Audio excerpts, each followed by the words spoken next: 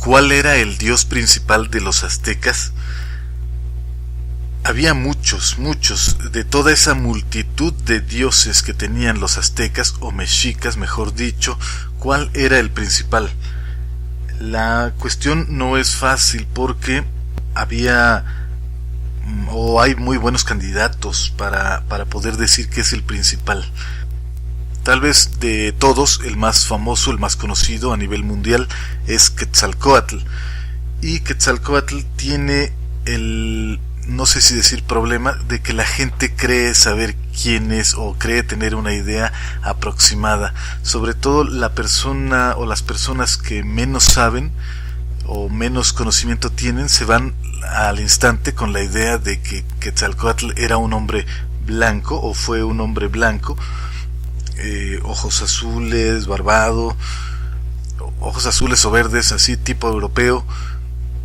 Y digo fue porque parece ser que estamos hablando de una figura histórica, alguien que vivió en realidad y posteriormente fue deificado. Entonces, cuando alguien se va con esa idea que algunos medios no muy especializados han difundido de que Quetzalcóatl era un hombre blanco y barbado y ojos de color y todo eso, siempre estamos hablando de gente que no conoce del tema, no ha leído mucho del tema. Pero Quetzalcóatl parece ser que a pesar de todo, a pesar de la gran importancia que tenía o tuvo y tiene todavía en la mitología, en la tradición sagrada de los pueblos precolombinos o los pueblos americanos, no es o no parece haber sido el dios principal. Hay otros, por ejemplo Huitzilopochtli. Se podría decir que Huitzilopochtli sea el dios principal. Es probable que tampoco eso sea cierto. Sí que haya sido uno de los más importantes de Tenochtitlan o de los mexicas, pero eso no significa que fuese considerado el dios máximo, el dios que está sobre los demás dioses. No, simplemente el dios al que ellos más recurrían o que más se identificaban precisamente por su naturaleza guerrera, la naturaleza guerrera de los mexicas. Y Huitzilopochtli parece haber sido también probablemente un líder, un guía, un militar, y que posteriormente también fue deificado, más o menos al estilo de lo que nos cuentan acerca del origen de las religiones, que puede ser que tengan en común que el dios o dioses hayan sido primeramente hombres normales que por alguna razón alcanzaron una gran importancia en cada una de las distintas sociedades, y desde luego cuando este hombre u hombres, quien fuera, llegaba a morir, pues no se perdía su recuerdo, no se perdía su importancia, sino que los pueblos seguían sintiendo su influencia, esa necesidad de tenerlo a él como guía, y por lo tanto lo deificaban, seguían invocándolo como si estuviera ahí, aunque ya había desaparecido físicamente. Sin embargo, ahora se magnificaba su imagen, su figura, y ahora ya no era solo un líder, un guía, sino ahora era una deidad. Parece ser que esto es lo que sucedió con Huitzilopochtli, lo mismo que con Quetzalcóatl y otros dioses.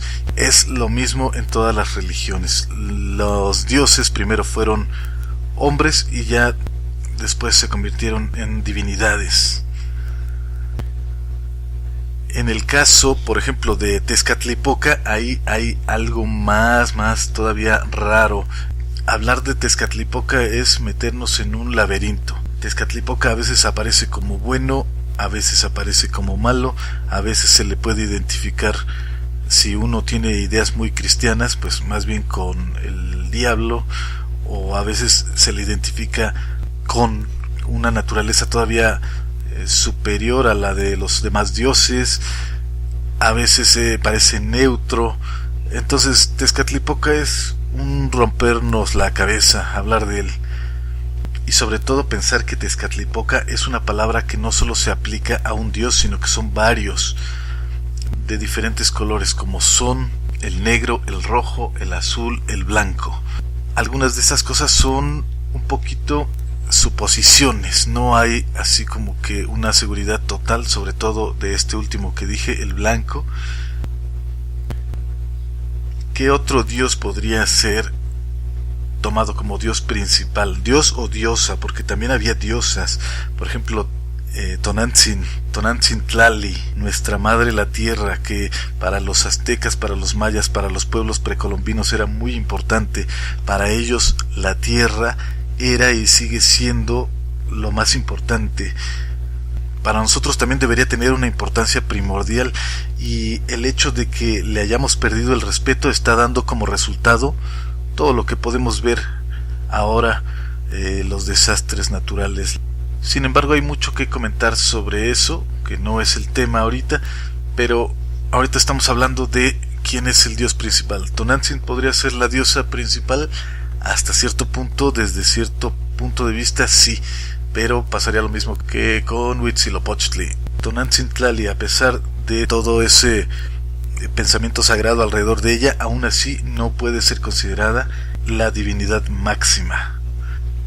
Y si leemos las crónicas, las investigaciones que escribieron los primeros frailes que comenzaron a recabar datos, información, es como meternos a un laberinto, como enredarnos, quedar enredados totalmente, dolores de cabeza, no sabemos de qué hablan. De pronto parece que estás hablando de un dios y de pronto ya estás hablando de otro.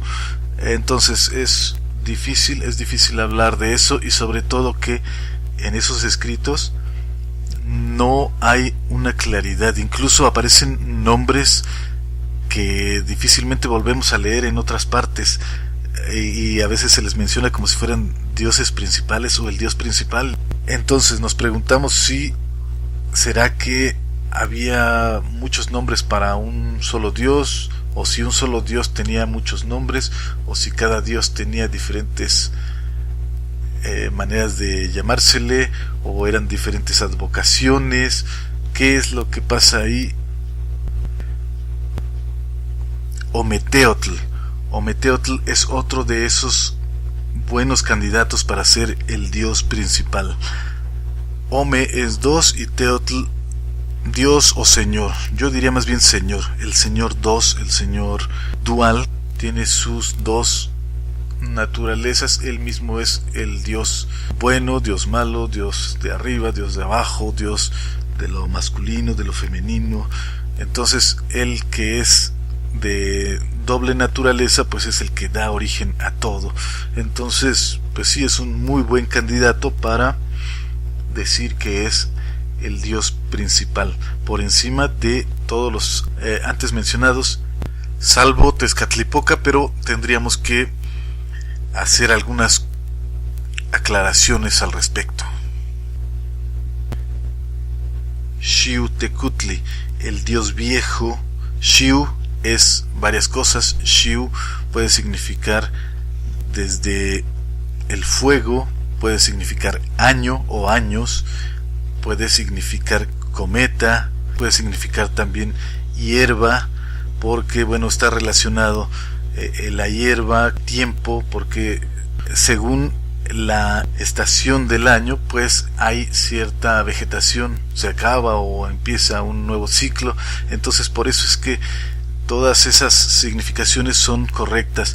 Entonces cuando decimos Xiuhtecutli, pues estamos hablando del señor del tiempo, de los años, de la hierba, de las estaciones, de muchas cosas.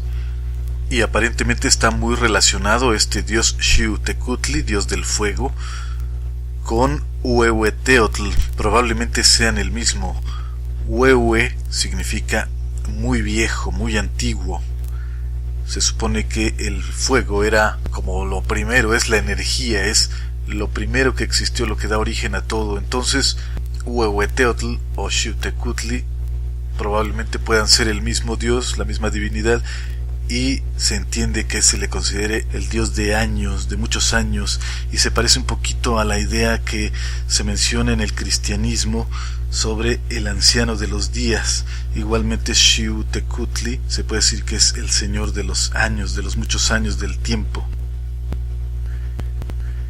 Ipalnemoani o Ipalnemouani, que algunos han traducido como aquel por quien se tiene vida o el que da la vida, y podemos pensar o podemos notar que ahí ya hay también otra vez un parecido con las ideas sagradas de los hebreos, de los cristianos, pero no es una cosa rara. Vamos a encontrarlo en muchos de los conceptos aztecas, mexicas, y no necesariamente es una influencia española, católica, cosa rara, que hay más coincidencias de lo que podríamos creer o de lo que quisiéramos creer. Sin embargo, así es.